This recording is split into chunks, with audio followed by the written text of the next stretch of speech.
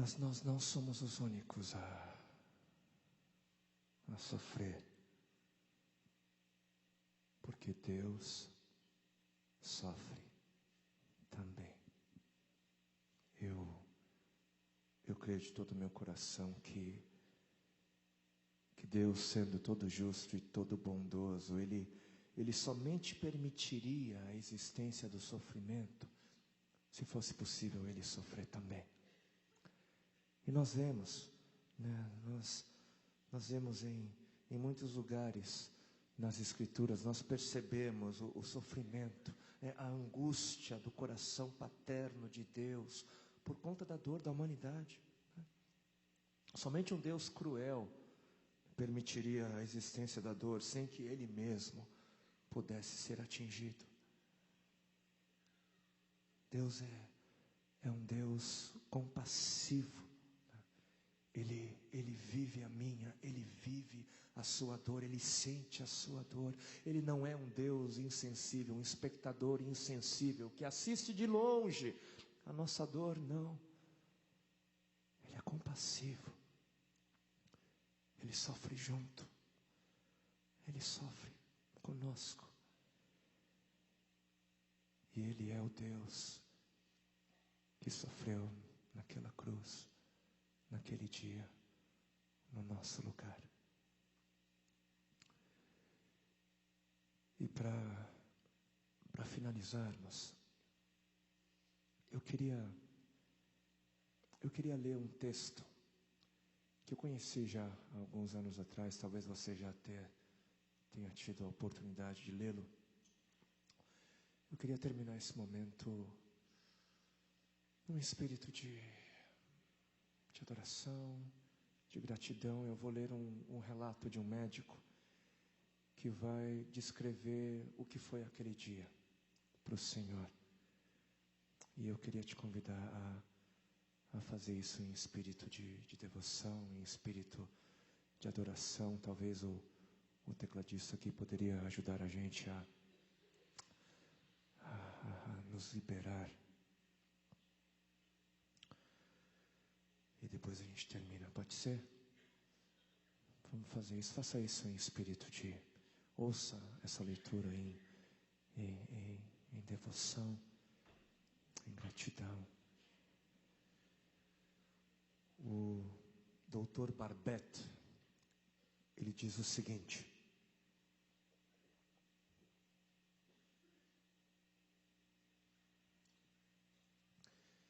eu sou um cirurgião e dou aulas há algum tempo. E por 13 anos vivi em companhia de cadáveres e durante a minha carreira estudei anatomia a fundo. Posso, portanto, escrever sem presunção a respeito de morte como aquela. Jesus entrou em agonia no Getsemane e seu suor tornou-se como gotas de sangue a escorrer pela terra. O único evangelista que relata o fato é um médico, Lucas, e o faz com a precisão de um clínico. O suar sangue, ou hematidrose, é um fenômeno raríssimo. É produzido em condições excepcionais. E para provocá-lo é necessário uma fraqueza física, acompanhada de um abatimento moral violento, causado por uma profunda emoção, por um grande medo. O terror, o susto, a angústia terrível de sentir-se carregando todos os pecados dos homens devem ter esmagado Jesus. Tal tensão extrema produz o rompimento das finíssimas veias capilares que estão sob as glândulas sudoríparas, e o sangue se mistura ao suor e se concentra sobre a pele, escorrendo então por todo o corpo até a terra. Permitam-me apenas dizer algo. Não faz muito tempo eu conheci um dos amigos do meu pai. E esse amigo do meu pai, ele é bastante diferente de nós.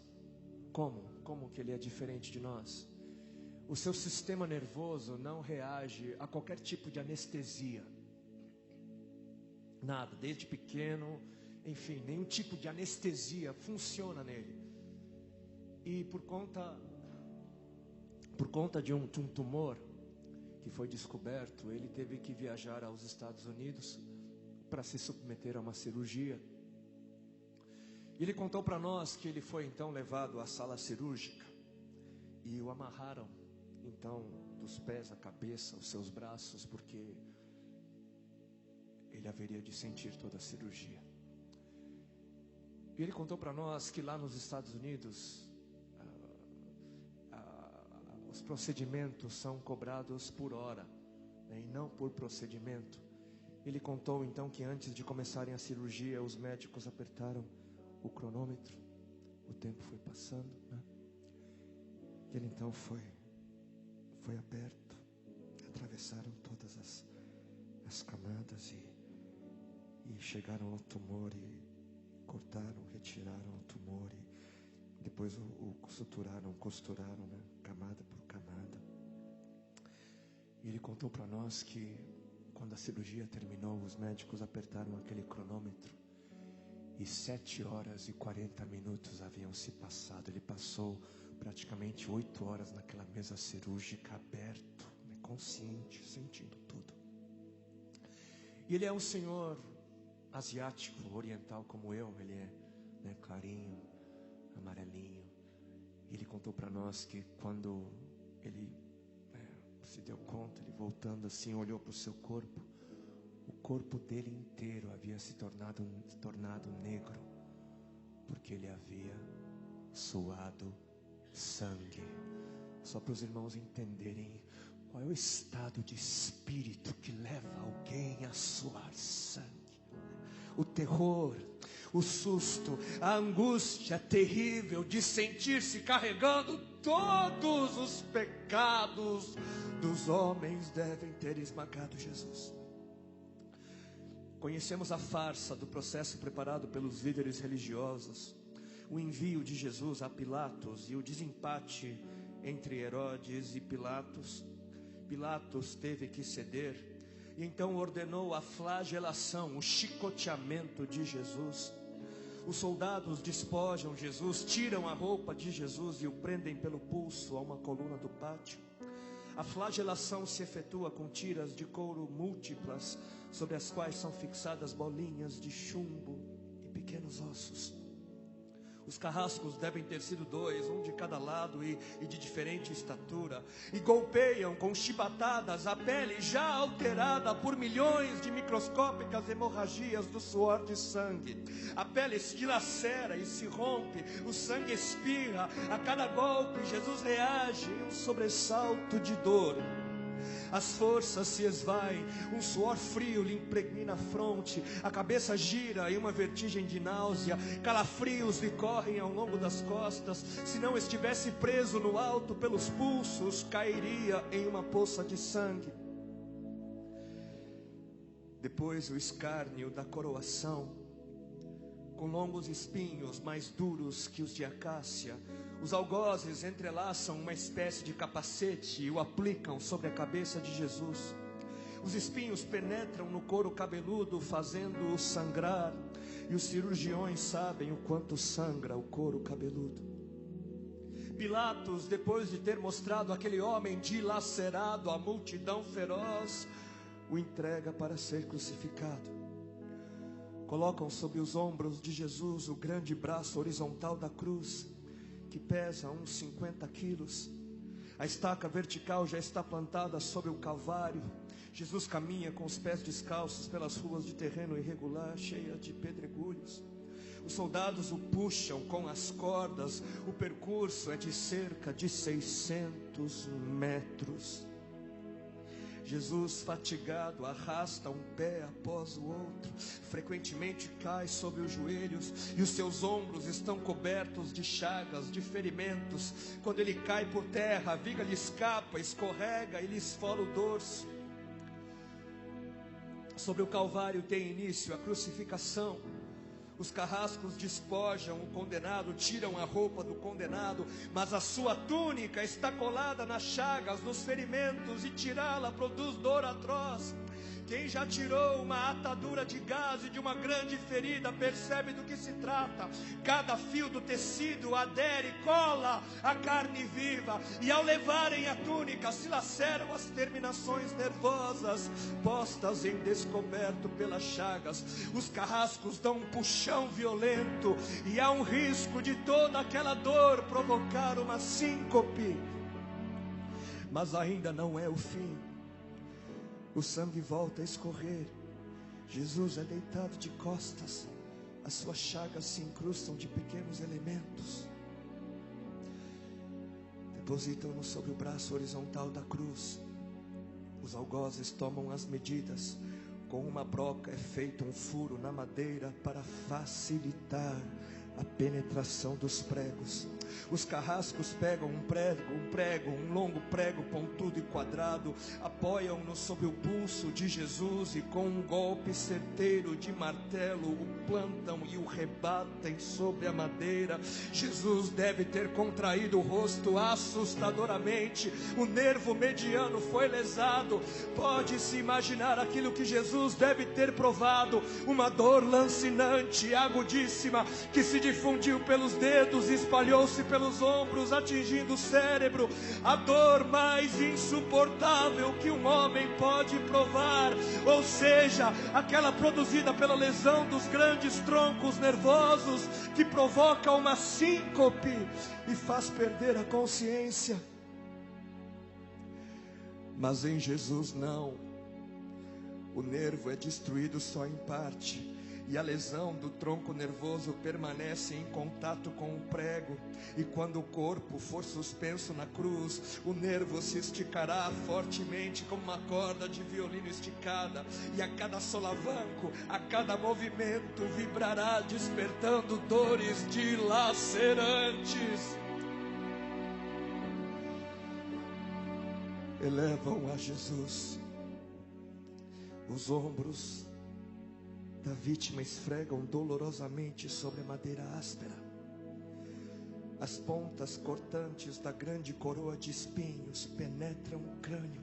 A cabeça de Jesus inclina-se para a frente, uma vez que o diâmetro da coroa o impede de apoiar-se na madeira. Cada vez que o mártir levanta a cabeça, recomeçam pontadas agudas de dor. Pregam-lhe os pés. Ao meio-dia, Jesus tem sede. Não bebeu desde a tarde anterior e estava desidratado pela perda de tanto sangue. Seu corpo é uma máscara de sangue. A boca está semiaberta e o lábio inferior começa a pender. A garganta seca lhe queima, mas ele não pode engolir, tem sede. Um soldado lhe estende sobre a ponta de uma vara uma esponja com bebida ácida de uso entre os militares. Tudo aquilo é uma tortura atroz. De repente, um estranho fenômeno se produz no corpo de Jesus. Os músculos dos braços se enrijecem em uma contração que vai se acentuando. Os bíceps esticados e levantados, os dedos se curvando. É como acontece a alguém ferido de tétano. A isto que os médicos chamam de tetania. Quando os sintomas se generalizam, os músculos do abdômen se enrijecem em ondas imóveis. Em seguida, os músculos entre as costelas, depois os do pescoço e finalmente os músculos respiratórios se enrijecem. A respiração se faz pouco a pouco mais curta. O ar entra, mas não consegue mais sair. Jesus respira com o ápice dos pulmões. Tem sede de ar como um asmático em plena crise. Seu rosto pálido pouco a pouco se torna vermelho, depois se transforma num violeta purpúreo. Jesus é envolvido pela asfixia. Seus pulmões cheios de ar não podem mais esvaziar-se. A fronte está impregnada de suor. Os olhos saem fora de órbita. Mas de repente algo acontece. Lentamente, com um esforço sobre-humano, Jesus toma um ponto de apoio sobre o prego dos pés. Ele esforça-se a pequenos golpes, se eleva, aliviando a tração dos braços. os músculos do tórax se distendem, a respiração torna-se mais ampla e profunda, os pulmões se esvaziam e o rosto recupera a palidez inicial. Mas por quê? Por que este esforço? Por quê? Porque Jesus quer bradar: Pai, perdoa-lhes porque não sabem o que fazem. E logo em seguida o corpo de Jesus começa a afrouxar-se de novo e a asfixia recomeça. Foram transmitidas 7 frases pronunciadas por ele na cruz, e cada vez que quer falar ele deverá elevar-se, tendo como apoio o prego dos pés. Inimaginável. Atraídas pelo sangue que ainda escorre e pelo coagulado, enxames de moscas unem ao redor do seu corpo, mas ele não pode enxotá-las. Pouco depois o céu escurece, o sol se esconde, de repente a temperatura diminui, logo serão 3 da tarde, e depois de uma tortura que dura horas e horas, todas as suas dores, toda a sua sede, todas as cãibras, toda a asfixia, todo o latejar dos nervos medianos lhe arrancam um lamento: Deus meu, por que me desamparaste?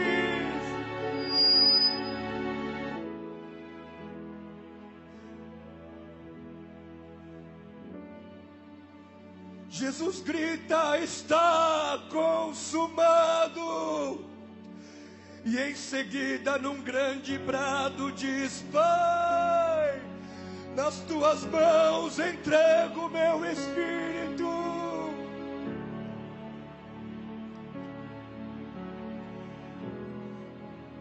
E morreu no meu lugar e no seu. Por quê? Por quê? Por que Jesus morreu na cruz? Por quê? Jesus morreu na cruz para que todo sofrimento pudesse ter fim. E essa é a última coisa que nós precisamos saber. Nós precisamos saber que tudo isso, toda dor, todo choro, todo sofrimento um dia vai acabar. Vai acabar. Graças ao sofrimento de Deus, todo choro, todo lamento deixará de existir. Deixará de existir. E ainda nos diz a sua palavra em 1 Coríntios, no capítulo 2, versículo 9, que nem olhos viram, que nem ouvidos ouviram, que nem jamais penetrou em coração humano o que Deus tem preparado para aqueles que o amam. Nem olhos viram, nem ouvidos ouviram, o coração do homem, mente alguma chegou à conclusão daquilo que o Senhor tem reservado, daquilo que o Senhor tem preparado para aqueles que o amam. O bem que nos aguarda, o bem que nos espera, não se compara ao mal que possa vir sobre as nossas vidas, não se compara. Esse é o Evangelho, essa é a mensagem da cruz.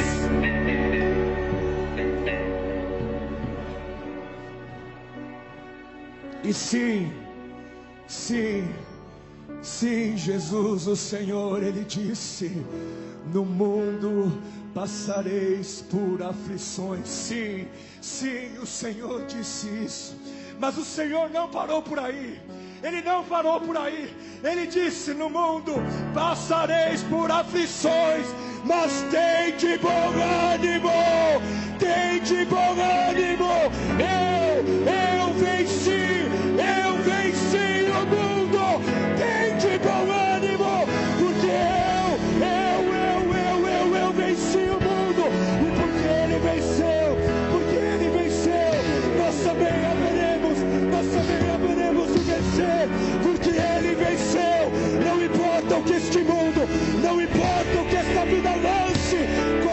sua vida, porque Ele venceu.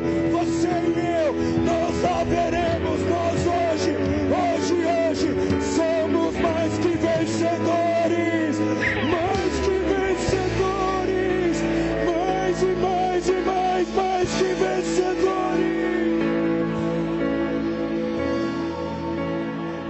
Tem de bom ânimo, tem de bom ânimo, tem de bom ânimo. Ele venceu. No mundo passareis por aflições, mas tem de bom ânimo, filho.